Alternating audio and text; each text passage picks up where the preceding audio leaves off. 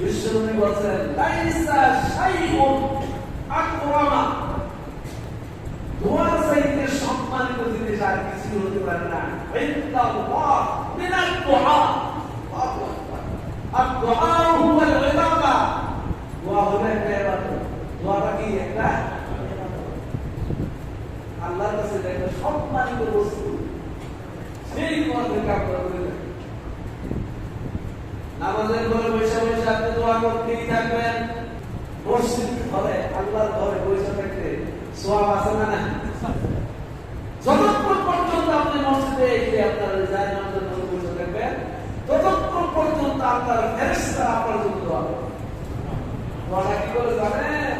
আল্লাহুম্মা গফির লাহু, আল্লাহুম্মা রাহমহু, হে আল্লাহ তুমি তার মাফ করো, ক্ষমা করো, হে আল্লাহ তুমি তার রহম করো। ফেরেশতারা কি বলে? আল্লাহ তুমি তার ক্ষমা করো, তুমি তার রহম করো। ফেরেশতাদের দোয়ার মধ্যে আমরা আছি না নাই? আল্লাহ তুমি কবুল করো, বলেন আমিন।